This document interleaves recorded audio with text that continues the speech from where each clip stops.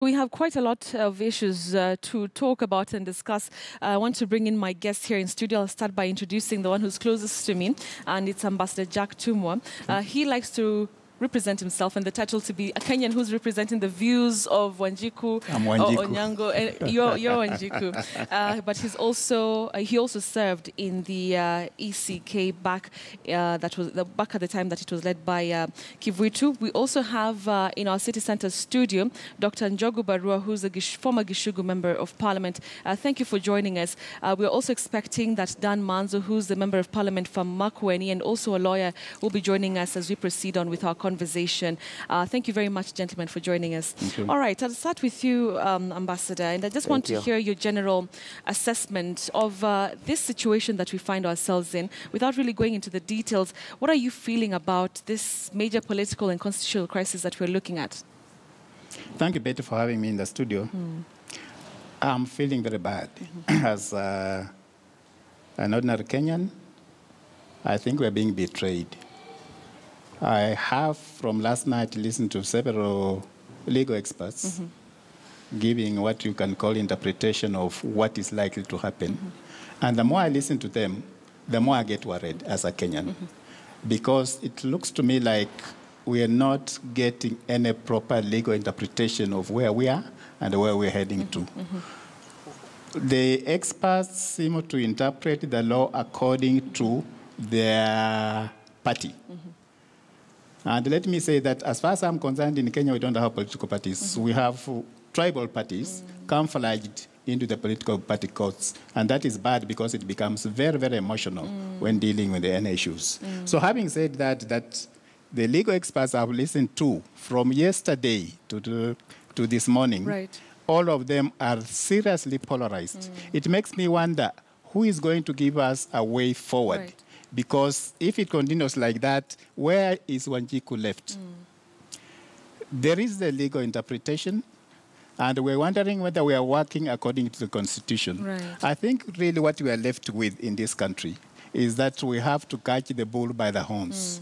And the people to catch the bull by the horns are just two people.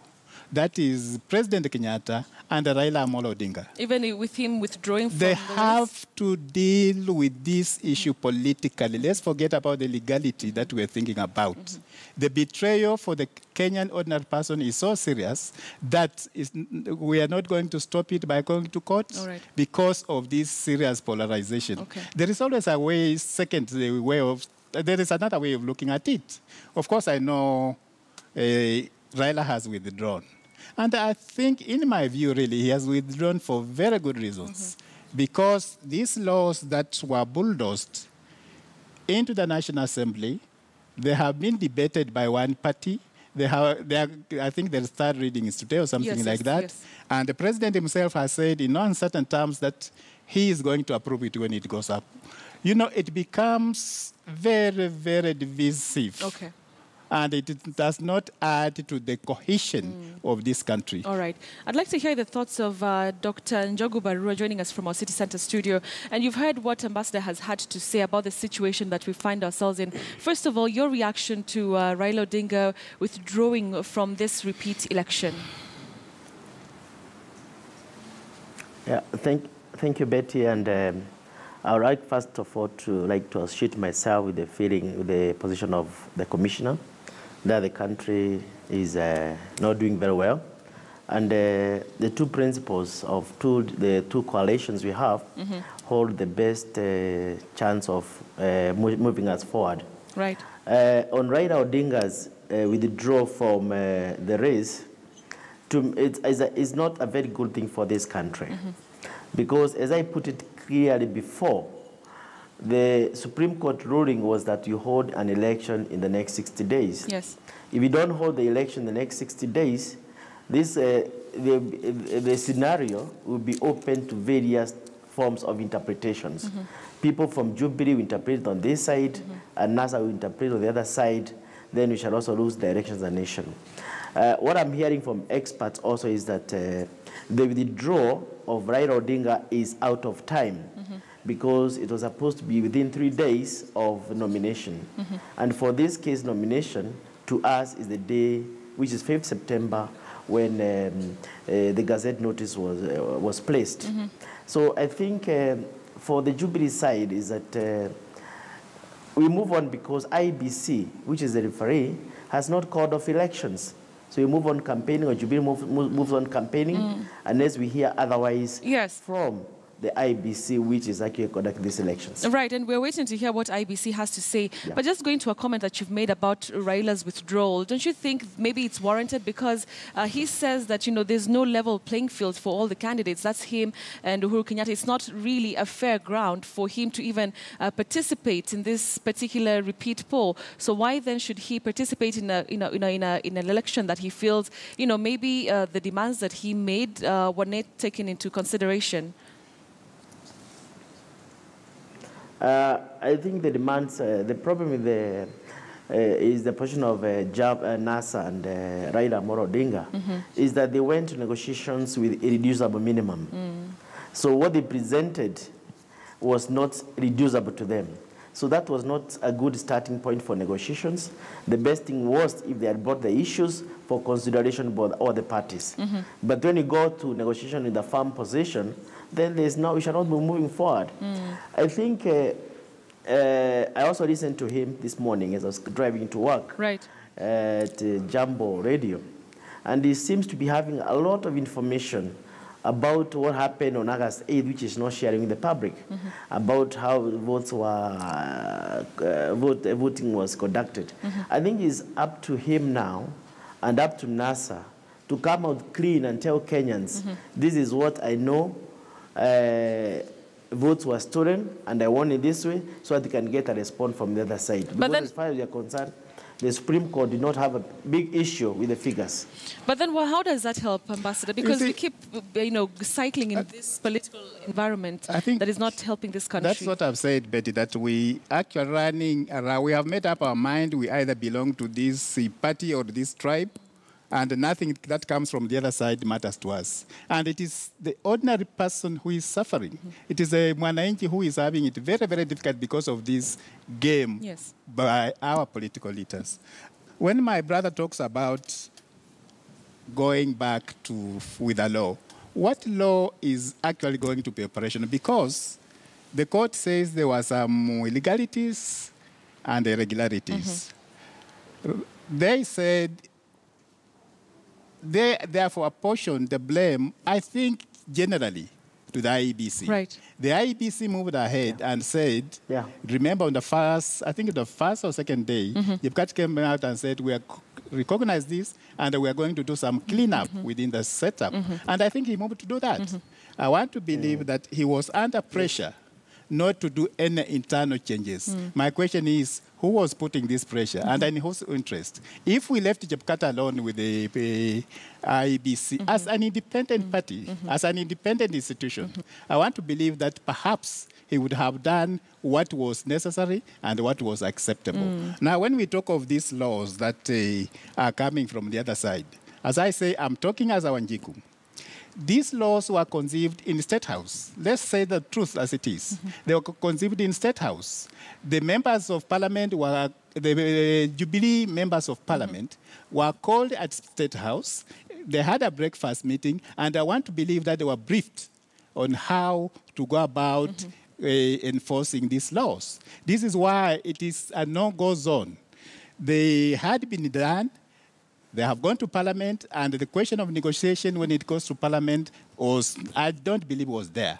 Okay? The President, as I've already said, has already said, I'm going to sign it anyway. You know, to come what it was. Yes. Now, talking about the minimum, I do remember reading in the course of the week, I think it was the Kalonzo who said, if these laws can be dropped, I will try to discuss this matter with my colleagues so that we can reach an understanding. All right. But Jubilee is in no mood because it has made up its mind. It has to go through, or rather they have been directed.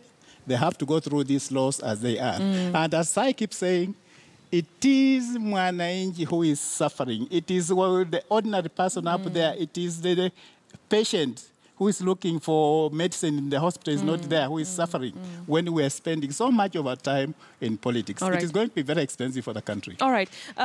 Dr. Ari, I'd like to hear your thoughts on this particular proposed laws. And I want to ask you a specific question. With, the agitation by Jubilee members of Parliament to come out really strong and ensuring that they indeed pass this law. And the President is on record saying that he's going to actually sign it. Don't you think that from the get-go, these laws were hell-bent to ensure that Uhuru Kenyatta will be declared president? Because there's that one in particular that says if one candidate withdraws, then, this other one will be declared no matter what. Yeah, I think the way I understand is that some of these laws are supposed to cure some of the anomalies that were found by the Supreme Court. That is in terms of declaration of results and transmission of them. And also, the other issue of concern to Parliament is that as it is now, Chebukati is the only qualified person to be chairman of the commission because of his qualification as a lawyer and 15 years of experience. So in the absence of Chebukati, it means that that commission cannot function because none of his juniors, assistants, or other members of the commission qualify to take up that position. But then why wasn't this a concern before the August 8th poll? Because we'd have seen this agitation before the main election date last month, 2 months ago. I think it's obvious that okay, let me start by saying that when the report came to Parliament, the 11th Parliament, the WITSA report of the 7 committee members, there was an opposition from both coalitions, both NASA and Jubilee, that Parliament should pass the laws as it was. And I want to state clearly that there were some people, including myself, who are of the position that they should discuss the report and change it if necessary. But both coalitions were for a firm position for reasons best known to them. And that is why it was not possible for us as members of Parliament to change at that particular time. The August 8 elections brought in new realities based on the outcome of the elections and also the outcome of the Supreme Court. It came out clearly that if Chebukati, the chairman, chooses to resign today without the appropriate law, then the commission may not, and actually will not be able to perform. And that is why Parliament, I believe, is putting some safeguards to ensure that come 26 October, the repeat elections will be held. So I don't think there is any mischief there. Finally, I would like to say that the minor care case, which is being quoted extensively, reduces drastically the responsibilities of the IBC to receive results, tally them, and decide who has got the biggest number of votes and who certify the half of the counties, 25% of votes from half of the counties. That is the basic job of the IBC. That job, to my opinion, does not have to be done by a Supreme Court judge. Anybody can do it. It's just basic arithmetic and stating the way it is. And that is why Chebukati is in court today, trying to understand what the Supreme Court meant by saying that the commission should verify the results. Is verifying just referring to just adding up and verifying that the arithmetic is correct? Or does it include going backwards to establish how the transmission was done, how the voting was done, and so forth? And that is why Chebukati is in court today. All right. In court today. All right. Let me hear your thoughts. I wish I could be convinced on this question of the Chebukati. We have had this position. It has served us from 1992 up to today. Now, if it was... As it is with the qualifications. Yes, from the time we started with Chesoni, come to Kivuitu, come to Hassan, come to now Chebukati. It has been all that. Now, if one party found it necessary, and perhaps they have a good reason of saying, yes, let's have this done, why didn't they convene a joint committee like we had the Orengo Right Committee to sit and say, yes, we think this is a problem. How do we solve it? You know, they should have reached an amicable understanding. Yes. And as reasonably, it should not be made to apply to these, to the 26th election as it was going to be. All right. So in my interpretation or my thinking is, there must be some meaning focusing on Chebukati. Either they want to throw him out, either there's something that we really don't understand. Why Chebukati? Why this time? Why this pressure? You go to Parliament, reduce the reading time from 14 days to 1 day. 1 day. You reconvene the Parliament to discuss this thing, and as I say, after the third reading, the president has assured us he's going to sign it. Right. There must be mischief, and let us be fair to Kenyans. Let's tell Kenyans as it is. Let us look at the suffering of Kenya and leave politics out. Let's play less politics. All right. Look at the suffering of the Kenyans. All right. Gentlemen, I'd like us to take a short commercial break right now on News Center, but we're coming back to discuss further this issues really, like Ambassador has said, really at the end of the day, it's Kenyans who really are suffering, businesses are suffering really with this tough political times. But we want to take that short commercial break. Also, when we come back, we'll be listening to the discussion in Parliament. As you can see, the members are starting to make their way into the chambers. And of course, today we are expecting the third reading to be taking place in Parliament. And as we will look into tomorrow, when of course everything is going to happen, the Parliament will take a bit of recess for the election. But we'll wait to see what's going to be happening in the third reading. The second reading yesterday, of course, the laws were passed. Let's just wait to see if this is going to happen today. All right, so let's take that short commercial break. We're coming back to continue with our discussion and our coverage. Don't go away.